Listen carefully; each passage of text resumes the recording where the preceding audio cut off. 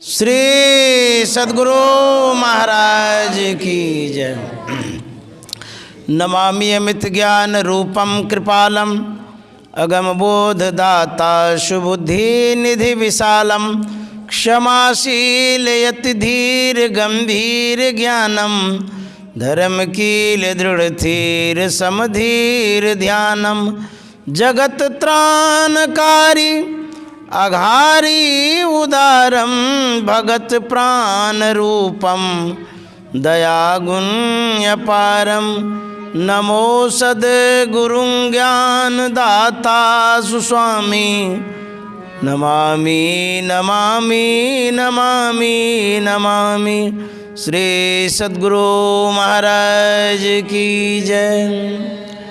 परमाराध्य सद्गुरु महाराज गुरुदेव महर्षि संत सेवी परमहंस जी महाराज, सरल सुबोध श्रोतागण, बरारी के सत्संग प्रेमी महानुभावों, माता एवं बहनों, आज हम लोग आदरणीय नागेश्वर यादव बाबू के घर पर सत्संग कर रहे हैं और उनकी जो धर्मपत्नी है सुमन दीदी जी, उनके विशेष प्रयास का ये फल है जो सत्संग हो रहा है। आज जो सत्संग है उसमें और भी विशेष कार्यक्रम है। आज कामनी दीदी का जन्मदिन है, जिसे सुमन दीदी जी सहर्ष के साथ इस कार्यक्रम को संपादित करने जा रही है, मनाने जा रही है। यह और भी विशेषता की बात हो जाती है। आज 26 जनवरी भी है, गणतंत्रता दिवस भी है, राष्ट्रीय पर्व है जिसे हम लोग मना रहे हैं। कुप्पा घाट में भी 26 जनवरी का गणतंत्रता दिवस पर्व मनाया गया है। यह जो पर्व है यह राष्ट्रीय पर्व है और समस्त भारतवासियों का पर्व है, विशेष पर्व है। गणतंत्रता दिवस का मतलब होता है गण में होता है प्रजा और तंत्र में न होता है शासन, प्रजा का शासन। आज के ही दिन 1950 ईस्वी में संविधान लागू हुआ था। देश को चलाने के लिए कानून की आवश्यकता होती है। उस कानून को आज के दिन लागू किया गया था, इसीलिए इसे गणतंत्रता दिवस कहते हैं। स्वतंत्रता दिवस तो 15 अगस्त 1947 को प्रारंभ हुआ था और ये संविधान का दिवस है, कानून का दिवस है, प्रजातंत्र का दिवस है ये। तो इस दिवस पर आप सबों का स्वागत है, सम्मान है। हम लोग समस्त देशवासी गौरवान्वित होते हैं इसलिए कि हम गुलामी के जंजीर से आज़ादी की सांस ले रहे हैं और इस आज़ादी का श्रेय हमारे जो भारत के वीर सपूत हैं उनको जाता है। कितने माताओं ने बेटा को खो दिया है, कितनी महिलाओं ने अपने पति को खोया है, कितने बहनों ने अपने भाई को खोया है और वह वीर भाई, वह वीर पति, वह वीर पुत्र जो देश आज़ाद के लिए अपने प्राण को न्यौछावर कर दिए, प्राण को देश की सेवा में लगा दिए, उन वीर सपूतों को आज नमन करता हूँ, प्रणाम करता हूँ। और आज भी ऐसे वीर योद्धा देश के बॉर्डर पर लगे हुए हैं, जिस कारण से आज हम सुख चैन की बंसी बजा रहे हैं। इस ठंड में हम लोग कड़ाके की ठंड में घर में पड़े हुए हैं, रजाई के नीचे हीटर जला करके, लेकिन ऐसे भी वीर योद्धा हैं ठंड में, पहाड़ में, गुफाओं में, जंगलों में, पानी के बीच में वो पहरा दे रहे हैं, हमारी रक्षा कर रहे हैं, सेवा कर रहे हैं, उनको भी नमन करता हूँ। और जिनका वो पुत्र है उन माँ को नमन करता हूँ। जो इस तरह की सेवा करते हैं, जिनके भाई हैं उन बहनों को भी नमन करता हूँ, और जिनके पतिदेव हैं उनके परिवार को भी मैं नमन करता हूँ, क्योंकि उन्हीं के चलते हम आज सुख चैन से रह रहे हैं। तो आज का दिन वीरों को याद करने का दिन है, जिन्होंने बलिदान दिया है और जो बलिदान के लिए तत्पर खड़े हैं, उन्हें मैं प्रणाम करता हूँ। और आज विशेष रूप से कामिनी दीदी का जन्मदिन है। आप लोग जानते होंगे वो हमारे बीच की साधिका हैं, हमारे परिवार की साधिका हैं, संतमत परिवार की वो साधिका हैं। ध्यान करती हैं, संतमत का प्रचार प्रसार करती हैं, और आज से नहीं बहुत पुराने समयों से वो संतमत की सेवा करती आ रही हैं कामिनी दीदी जी। और बड़ी सुशीला हैं, विनम्र हैं, और अपने कर्तव्यों को वो मौन धारण करके संपादित करती रहती हैं। न किसी से लेना न देना, भजन में मगन रहना, इस तरह का उनका जीवन रहा है। और मैंने भी बहुत बार कामिनी दीदी को कुप्पा घाट में देखा है। किसी से विशेष मतलब वो नहीं रखती हैं, वो जाती हैं गुरु दर्शन करके पुनः वापस लौट आती हैं, और जितना उनको आवश्यक है, जितना ज़रूरी है, उतना ही वो वहाँ पर ठहरती हैं, रुकती हैं। उसके बाद वो वहाँ से वापस अपने गंतव्य की ओर आ जाती हैं, और साधना के प्रति विशेष लगाव और झुकाव रखती हैं। तो जो साधक होते हैं उनके अंदर में सहनशीलता तो होती ही है, सुशीलता भी होती है, शिष्टता भी होती है, विनम्रता भी होती है। बड़े विनम्र भी हैं वो। जब कभी आमने सामने जब कभी मिलती हैं तो बड़ी विनम्रता से प्रस्तुत होती हैं, बड़ी विनम्रता से बातचीत भी करती हैं। यह उनके जीवन को देखा गया है। अभी के वर्तमान स्थिति में महिलाओं के लिए वो प्रेरणा का स्रोत भी हैं। हमारे जो सुमन दीदी हैं, जिन्होंने यह कार्यक्रम रखा है, तो उनके प्रति इनका विशेष स्नेह भी है, सम्मान भी है, आदर भी करती हैं। वैसे जन्मदिन मनाने के लिए लोग संकोच करते हैं। आजकल तो बच्चों का भी जन्मदिन मनाया जाता है, छोटे छोटे बच्चों का, चाहे हमारे घर परिवार के हों या आसपास के बच्चे हों, बर्थडे पर बुलाया जाता है कि किस तरह से घर परिवार के साथ रह कर के अपने जीवन को विरक्त में बना के रखी हैं। त्याग में जीवन है और साधना में जीवन है उनका।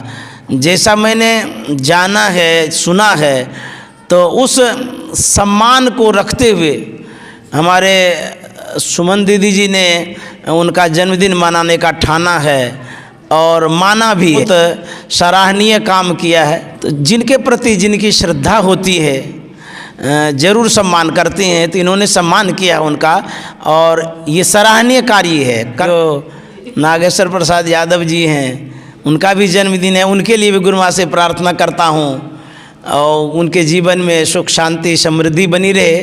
तो 2 आदमी का जन्मदिन हो गया, उसके बाद इस पूजा घर का उद्घाटन का दिन हो गया, और महापर्व जो राष्ट्रीय पर्व है 26 जनवरी का, ये भी पर्व है। आज 4 कार्यक्रम है, और इन कार्यक्रमों में आप लोगों को जो बुलाए हैं सुमन दीदी जी, सब श्रेय इन्हीं को जाता है। इनको बहुत बहुत धन्यवाद। हम लोग सुन रहे थे रामचरितमानस से पाठ, और गुरु महाराज का भी प्रवचन सुन रहे थे। गुरु महाराज ने कहा था घर गृहस्थी में रह कर के साधन भजन कर सकते हैं।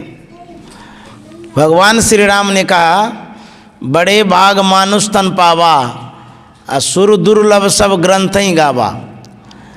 यह जो मनुष्य का शरीर है, बड़ा भाग्य से मिला है और कितना यह उत्तम शरीर है। कहता सुर दुर्लभ, देवताओं को भी दुर्लभ है। सुर दुर्लभ सब ग्रंथ ही गावा।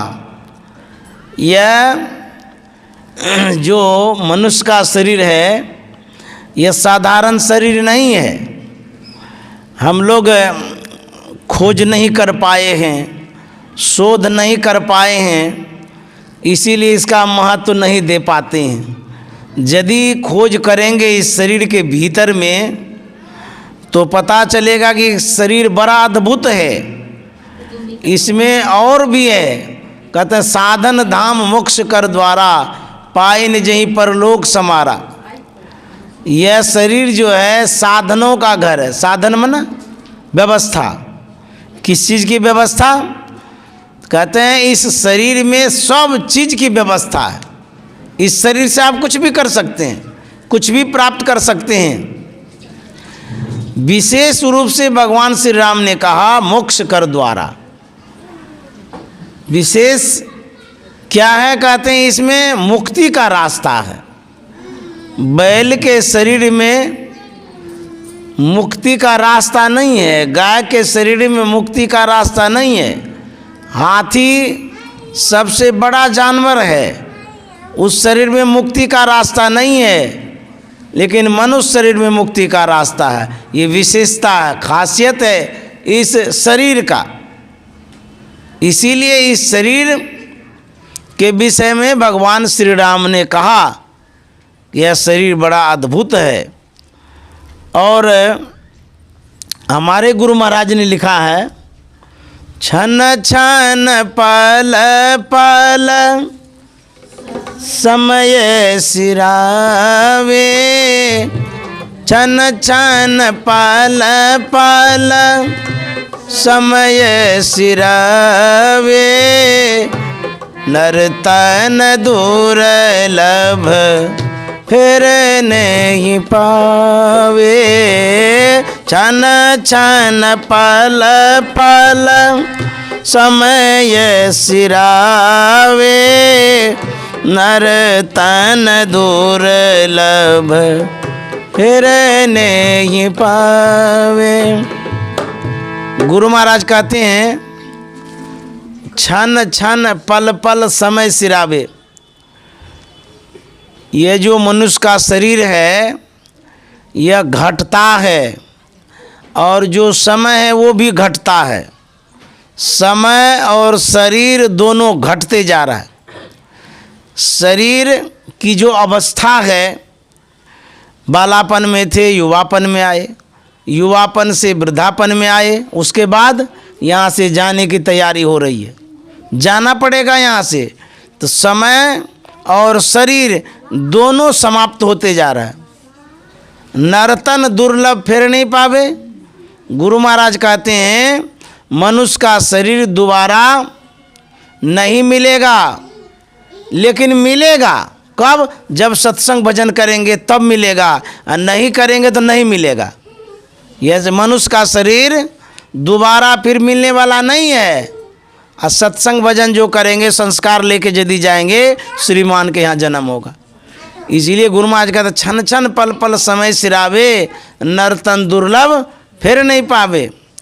गुरु महाराज कहते हैं धन जन परिजन सहित अपन तन, धन जन परिजन सहित अपन तन, सब छाड़ी जई हो काम नयंत आवे, छन छन पल पल समय सिरावे, नर्तन दुर्लभ फिर नहीं पावे, छन छन पल पल समय सिरावे, नर्तन दूर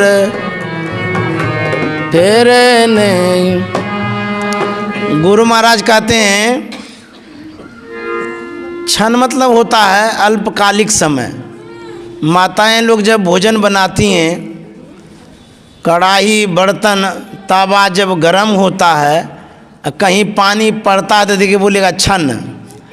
तो उस शब्द से यह पता चलता है कि कम से कम समय को क्षण कहते हैं। तो ये कि एक समय बीतते जा रहा है।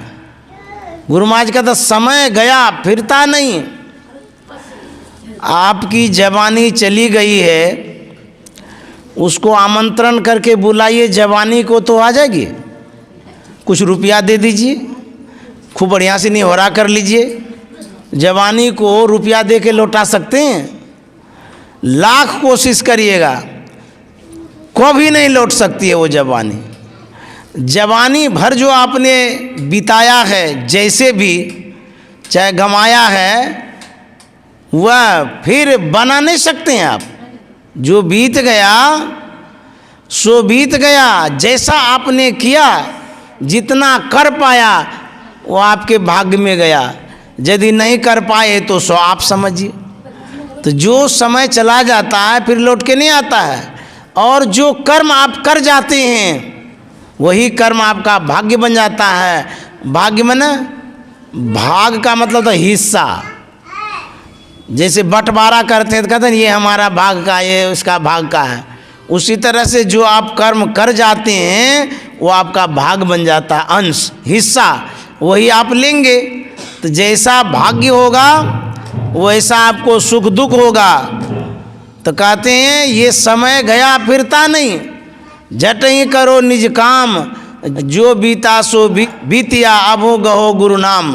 संत मता बिनु गति नहीं, सुनो सकल दे कान, जो चाहो उद्धार को बनो संत संतान। में ही भेद यह संत मता कर गाय, और सबको दिया सुनाए के, अब तू रहे हो चुपाए। गुरु महाराज कहते हैं समय गया फिरता नहीं। जो समय चला जाएगा वो फिर आएगा नहीं लौट करके। तो क्या करना चाहिए? शुभ से शीघ्रम, शुभ काम को शीघ्र कर लेना चाहिए। शुभ काम क्या है? जिस कर्म के करने से शांति मिले, जिस कर्म के करने से सुकून मिले, जिस कर्म के करने से आत्म कल्याण हो, जिस कर्म के करने से धर्म हो, उसको शुभ कर्म। गुरु महाराज इस पांच भौतिक शरीर का परित्याग कर रहे थे, संसार से सदा के लिए इस शरीर को अलविदा कह रहे थे। उस दिन, उस घड़ी में, उस क्षण गुरु महाराज ने क्या उपदेश दिया था, क्या संदेश दिया था, क्या आदेश दिया था? सबसे प्रिय वाणी, अंतिम वाणी गुरु महाराज का रहा है, जो कबीर साहब की वाणी है। गुरु महाराज ने कहा था, सुकृत कर ले नाम सुमर ले, को जाने कल की, जगत में खबर नहीं पल की। गुरु महाराज ने अंतिम शब्दों में कहा था, सुकृत कर ले, शुभ कर्मों को कर लीजिए। और सबसे बढ़कर के शुभ कर्म क्या है? हम लोग पूजा करते हैं, पाठ करते हैं, पान चढ़ाते हैं, फूल चढ़ाते हैं, विविध तरह के कर्मों को करते हैं, शुभ कर्मों को करते हैं। लेकिन गुरु महाराज कहते हैं सबसे बढ़कर के शुभ कर्म है नाम सुमर ले। नाम का स्मरण करना सबसे विशेष शुभ कर्म है। तो नाम कौन सा नाम है? जैसे मुंह से हम बोलते हैं वो भी तो नाम है। नाम है ना शब्द, शब्द को नाम कहते हैं, नाम को शब्द कहते हैं। तो जो मुंह से उच्चारण करते हैं वह नाम है। तो जो उच्चारण करते हैं वो वर्णात्मक नाम है। तो गुरु महाराज कहते हैं जो हम ध्यान करते हैं, अंत साधना करते हैं, सार शब्द का जब हम ध्यान करते हैं, वह नाम विशेष महत्व का है। आदि नाम पारस है, मन है मैला लोह, परसत ही कंचन भया, छूटा बंधन मोह। वह आदि नाम जो, आदि शब्द जो है कैसा है? कहते चुंबक के समान, पारस मनी पत्थर के समान है। चुंबक सत्य शब्द है भाई, चुंबक शब्द लोक ले जाई। वह नाम पारसमणि पत्थर के समान है। जैसे लोहे को पारसमणि पत्थर में स्पर्श कराते हैं, छुलाते हैं तो सोना बन जाता है। उसी तरह से जो अंतर का शब्द है, जो सार शब्द है, उससे यदि मन रूपी लोहा सटता है, ये मन सोना बन जाता है।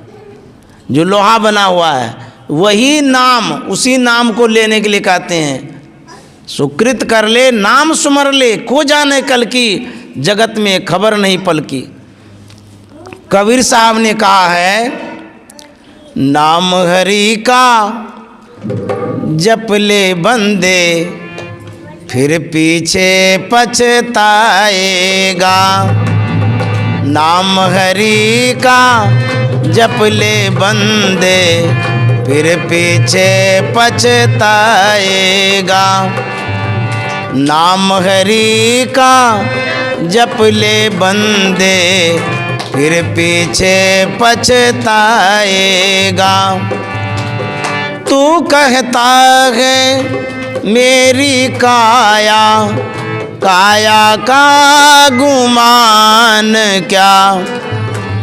तू कहता है मेरी काया, काया का गुमान क्या।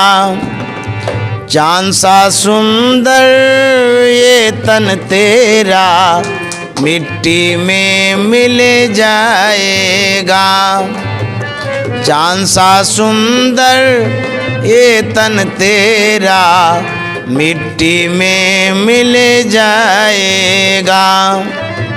नाम हरि का जप ले बंदे, फिर पीछे पछताएगा।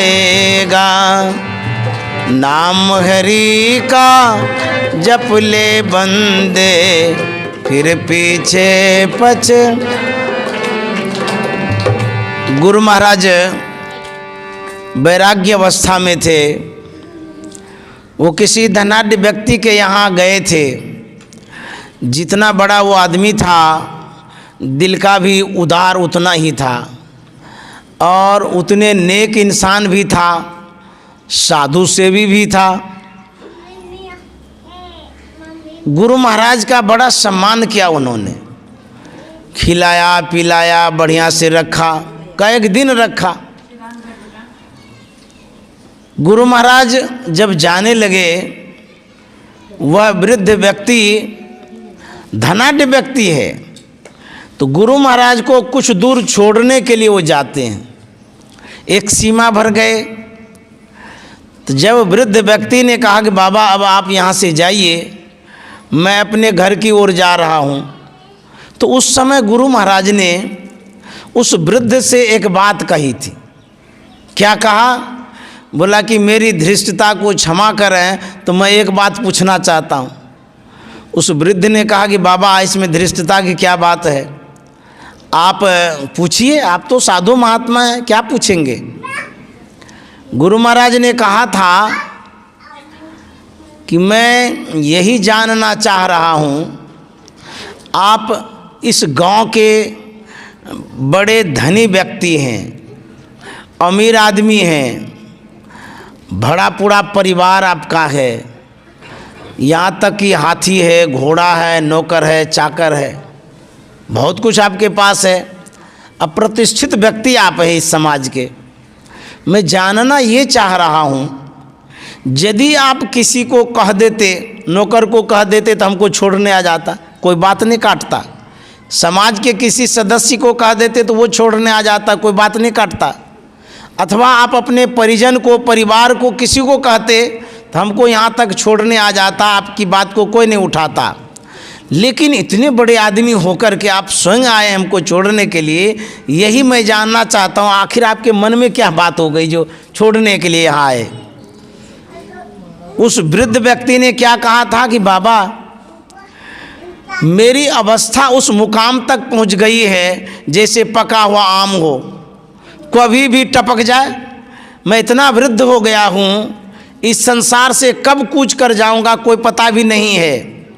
मेरे मन में यही हुआ, इस अंतिम घड़ी में इस शरीर से साधु की सेवा हो जाए तो मेरा ये जीवन धन्य हो जाएगा। इसी ख्याल से मैं आपको यहाँ तक छोड़ने के लिए आया।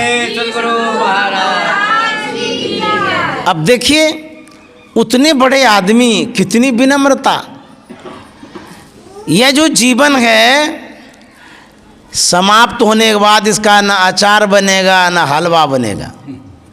मरने के बाद क्या होगा जानते हैं? जा दिन मन पंछी उड़ जाई है। जब मन रूपी पंछी उड़ जाएगा तब क्या होगा? ता दिन तेरे तन तरवर के सबे पात झर जाई है। उस दिन इस शरीर की गति क्या होगी? घर के कहत सवेरे काढ़ो भूत हो ये घर खई है। घर वाला कहेगा कि जल्दी जल्दी बाहर करो। अब बुझिए क्या रिलेशन है, क्या संबंध है, क्या नाता रिश्ता बना के रखे हैं। वही बेटा, वही बेटी, वही बहू, वही परिवार, सब कुछ है। वो क्या कहता? जल्दी निकालो यहाँ से। वाह, सांस निकलते ही संबंध समाप्त, कोई नाता नहीं, कोई रिश्ता नहीं। इतना कमा के दिए फिर भी नहीं कहता कि 1 महीना और रहने देते हैं, मरा हुआ आदमी है तो ना, 1 मिनट नहीं रखेंगे, जल्दी हटाओ, बरारी घाट में ले जाके समाप्त करो, इसको जला दो। अब बुझिए तो करोड़ों की संपत्ति आप एकत्रित कर दिए परिवार के लिए, करोड़ों बैंक बैलेंस दे दिए परिवार के लिए, मरने के बाद 1 महीना नहीं टिकने देता है घर में। इतना सुंदर घर बनाए, कम से कम 1 महीना मरने के बाद तो रहने दे। कहते नहीं नहीं जल्दी निकालो यहाँ से, भूत हो जाएगा। क्या संबंध है देखिए इस शरीर का। जब तक सांस है तब तक आस है, और जैसे ही सांस निकल गई और सब फूसफास है, सब बेकार हो जाएगा।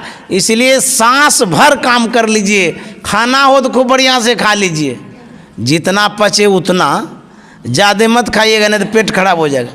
जितना खाना हो खा लीजिए, जितना पहनना हो पहन लीजिए, जितना एंजॉय करना हो कर लीजिए, नहीं तो मरने के बाद कुछ नहीं हाथ में आएगा।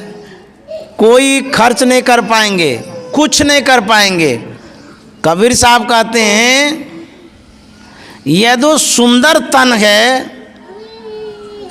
चांद सा सुंदर ये तन तेरा, क्या होगा? मिट्टी में मिल जाएगा। चांद सा सुंदर ये तन तेरा मिट्टी में मिल जाएगा। नाम हरि का जप ले बंदे फिर पीछे पछताएगा। नाम हरि का जप ले बंदे फिर पीछे कबीर साहब कहते हैं चांद सा सुंदर ये तन तेरा, कितना चमकता है। जो गोरे हैं गौरवान्वित होते हैं कि हम बहुत सुंदर हैं, लेकिन वह जो सुंदर शरीर है इसकी सुंदरता नहीं रहेगी, मिट्टी में मिल जाएगी। ये सुंदरता मिट्टी में मिल जाएगी। तो कबीर साहब कहते हैं इस सुंदर शरीर से सुंदर काम कर लीजिए, नाम ले लीजिए भगवान का। यदि इस मुंह से भगवान का नाम नहीं लेंगे और खाली शिकायत करते रहेंगे दूसरे का, दूसरे जन्म में फिर मुंह का शटर बंद कर देंगे, अर्थात गूंगा बना के भेज देंगे। जाओ, जब भगवान का ही नाम नहीं लेता, खाली शिकायतें करता है, मुंह में आवाज़ें नहीं देंगे। तो इस बार नाम ले लीजिए, इस मुंह को सार्थक कर लीजिए। खाली दाल भात मुंह में मत डालते रहिए, मुंह में खाना खानी डालते रहिए, भगवान का नाम नहीं लीजिएगा तो खाने वाला मुंह बैल का दे देगा, भूसा कुट्टी खाते रहिए। तो और क्या करें, खाली खेबे न करिएगा। बैल भगवान का नाम नहीं लेता है, वो खाता है।